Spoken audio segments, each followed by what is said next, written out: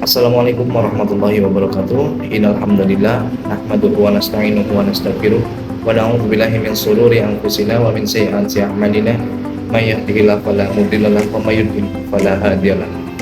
Asyhadu an la ilaha illallah wahdahu la syarikalah wa asyhadu anna Muhammadan abduhu wa rasuluhu la nabiyya wa la rasula ba'da. Sebelumnya perkenalkan, nama saya Taufik Al-Mustafa, Prodi Hukum Angkatan 8 dari Universitas Cyber Muhammadiyah, NIM 202406000160. Yang saya hormati Bapak dosen pengampu mata kuliah Filsafat Hukum, Dr. Muhammad Rizal SHMH. Yang saya hormati pula teman-teman satu angkatan dari Universitas Cyber Muhammadiyah dan para pemirsa yang menonton video saya. Pada kesempatan yang berbahagia ini, izinkan saya untuk memaparkan materi bertema Hukum, Teknologi, dan Etika, Tantangan Filsafat Hukum di Era Digital dan AI. Dengan judul presentasi, Kecerdasan Buatan dan Era Digital, Tantangan Baru bagi Filsafat Hukum dalam Menjaga Keadilan dan Kemanusiaan. Tema ini sangat relevan karena saat ini kita hidup di tengah perkembangan teknologi yang begitu cepat, begitu pesat. Kehadiran internet, media sosial, big data, hingga kecerdasan buatan atau artificial intelligence telah mengubah cara manusia dalam bekerja, berkomunikasi, bahkan mengambil keputusan. Di satu sisi, teknologi memberikan banyak manfaat, namun di sisi lain, teknologi juga menghadirkan berbagai persoalan hukum dan etika yang memerlukan kajian mendalam dari sudut pandang filsafat hukum. Sebelum kita membahas lebih jauh, kita perlu memahami terlebih dahulu apa yang dimaksud dengan filsafat hukum. Filsafat hukum merupakan cabang ilmu filsafat yang mempelajari hakikat hukum, tujuan hukum, nilai keadilan, serta hubungan antara hukum dan moralitas. Berbeda dengan ilmu hukum yang fokus pada aturan yang berlaku, filsafat hukum berusaha menjawab pertanyaan yang lebih mendasar seperti apa itu hukum, mengapa hukum harus ditaati, apa yang membuat suatu hukum dianggap adil, bagaimana hukum harus menghadapi perubahan sosial dan teknologi. Dengan demikian, filsafat hukum tidak hanya melihat hukum sebagai kumpulan peraturan, tetapi juga sebagai sarana untuk mewujudkan keadilan dan ketertiban dalam masyarakat. Saat ini dunia memasuki era digital yang ditandai dengan penggunaan teknologi dalam hampir seluruh aspek kehidupan. Kita dapat melihat berbagai contoh seperti transaksi digital melalui e-commerce, penggunaan media sosial sebagai sarana komunikasi, sistem pembayaran elektronik, pemanfaatan AI dalam dunia pendidikan, kesehatan, bisnis, dan pemerintahan. Masalahnya, perkembangan teknologi seringkali lebih cepat dibandingkan perkembangan hukum itu sendiri. Akibatnya, muncul berbagai persoalan baru yang belum sepenuhnya diatur oleh hukum yang sudah ada. Misalnya, seperti penyebaran hoax melalui media sosial, penipuan online, pencurian data pribadi, deepfake atau manipulasi gambar dan video menggunakan AI, kejahatan siber yang lintas negara. Kondisi ini menimbulkan pertanyaan penting, apakah hukum yang ada saat ini masih mampu menjawab tantangan zaman? Sekarang kita beralih pada pembahasan apa itu AI. AI merupakan teknologi yang memungkinkan mesin melakukan tugas yang biasanya membutuhkan kecerdasan manusia. Contoh dari AI antara lain seperti ChatGPT, sistem rekomendasi pada media sosial, kendaraan tanpa pengemudi, hingga teknologi pengenalan wajah.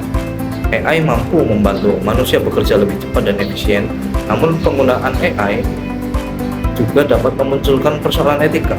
Salah satu persoalan utama adalah bias algoritma. AI bekerja berdasarkan data yang diberikan oleh manusia. Jika data tersebut mengandung diskriminasi atau ketidakadilan, maka keputusan yang dihasilkan AI juga dapat bersifat diskriminatif. Sebagai contoh, sebuah sistem rekrutmen berbasis AI dapat menolak pelamar tertentu bukan karena kemampuan mereka, tetapi karena pola data yang digunakan dalam proses pelatihan sistem tersebut. Dari sudut pandang filsafat hukum, hal ini jelas bertentangan dengan prinsip keadilan karena setiap individu seharusnya memperoleh perlakuan yang sama di hadapan hukum. Persoalan lain yang menarik adalah mengenai tanggung jawab hukum. Misalnya terdapat kendaraan otonom yang menggunakan AI dan kemudian menyebabkan kecelakaan. Pertanyaannya adalah siapa yang harus bertanggung jawab jika itu terjadi? Apakah pembuat perangkat lunaknya, perusahaan pemilik teknologi kah, pengguna kendaraan, atau AI itu sendiri. Dalam hukum tradisional, tanggung jawab selalu melekat pada manusia atau badan hukum. Namun, AI bukan manusia dan bukan pula badan hukum. Karena itu, filsafat hukum perlu memberikan landasan pemikiran baru mengenai konsep tanggung jawab dalam era kecerdasan buatan. Sampai saat ini, sebagian besar ahli hukum masih berpendapat bahwa tanggung jawab tetap harus dibebankan kepada manusia atau pihak yang mengendalikan teknologi tersebut. Selain masalah tanggung jawab, era digital juga menghadirkan tantangan besar terhadap hak privasi. Saat ini hampir semua aktivitas manusia menghasilkan data, mulai dari data identitas, lokasi, riwayat pencarian internet, transaksi keuangan, hingga kebiasaan sehari-hari. Data tersebut sering dikumpulkan oleh perusahaan teknologi untuk berbagai tujuan. Namun jika tidak diawasi dengan baik, data pribadi tersebut dapat disalahgunakan atau bocor kepada pihak yang tidak berwenang. Dalam perspektif filsafat hukum, privasi merupakan bagian dari hak asasi manusia yang harus dilindungi. Karena itu, negara perlu membentuk regulasi yang mampu menjaga keseimbangan antara kebutuhan inovasi, teknologi, dan perlindungan hak-hak warga negaranya. Nah, untuk memahami persoalan ini lebih mendalam, kita dapat melihat beberapa teori filsafat hukum. Pertama, positivisme hukum yang dipelopori oleh Hans Kelsen. Menurut teori ini, hukum harus berdasarkan pada aturan yang jelas dan tertulis. Oleh karena itu, penggunaan AI memerlukan regulasi yang tegas agar tidak menimbulkan ketidakpastian hukum. Yang kedua, teori hukum alam yang dikembangkan oleh Aristoteles dan Thomas Aquinas. Teori ini menekankan bahwa hukum harus berlandaskan moral dan keadilan. Artinya, meskipun suatu teknologi canggih dan menguntungkan penggunaannya, tetap harus menghormati nilai-nilai kemanusiaan. Yang ketiga, utilitarianisme yang dikemukakan Jeremy Bentham. Teori ini menilai suatu kebijakan berdasarkan manfaat yang dihasilkannya bagi masyarakat. Dalam konteks AI, teknologi dapat diterima apabila memberikan manfaat yang lebih besar dibandingkan dari resiko yang ditimbulkannya. Untuk menghadapi tantangan era digital, terdapat beberapa langkah yang perlu dilakukan. Yang pertama, pemerintah perlu menyusun regulasi yang adaptif terhadap perkembangan teknologi. Yang kedua, perusahaan teknologi harus menerapkan prinsip transparansi dalam penggunaan algoritma atau AI. Ketiga, masyarakat perlu meningkatkan literasi digital agar mampu menggunakan teknologi dengan bijak. Yang keempat, pengembangan AI harus selalu memperhatikan prinsip etika, keadilan, dan penghormatan terhadap hak asasi manusia.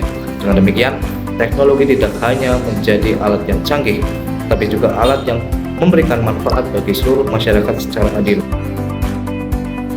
Sebagai kesimpulan, perkembangan teknologi dan kecerdasan buatan telah membawa perubahan yang begitu besar dalam kehidupan manusia. Di balik berbagai manfaatnya, terdapat tantangan hukum dan etika yang semakin kompleks, mulai dari masalah privasi, tanggung jawab hukum, diskriminasi algoritma, hingga perlindungan hak asasi manusia. Dalam kondisi ini, filsafat hukum memiliki peran penting sebagai dasar pemikiran untuk memastikan bahwa hukum tetap mampu mewujudkan keadilan di tengah perkembangan teknologi yang sangat cepat. Karena pada akhirnya, tujuan hukum bukan hanya mengatur teknologi, tetapi juga menjaga martabat dan kemanusiaan manusia itu sendiri di era digital. Demikian apa yang dapat saya sampaikan. Kurang lebihnya, bila ada yang benar itu datangnya dari Allah Subhanahu wa Ta'ala, kesalahan datang dari diri saya. Dan terima kasih atas atensi rekan-rekan semua. Jadi saya cukup sekian. Terima kasih. Wassalamualaikum warahmatullahi wabarakatuh.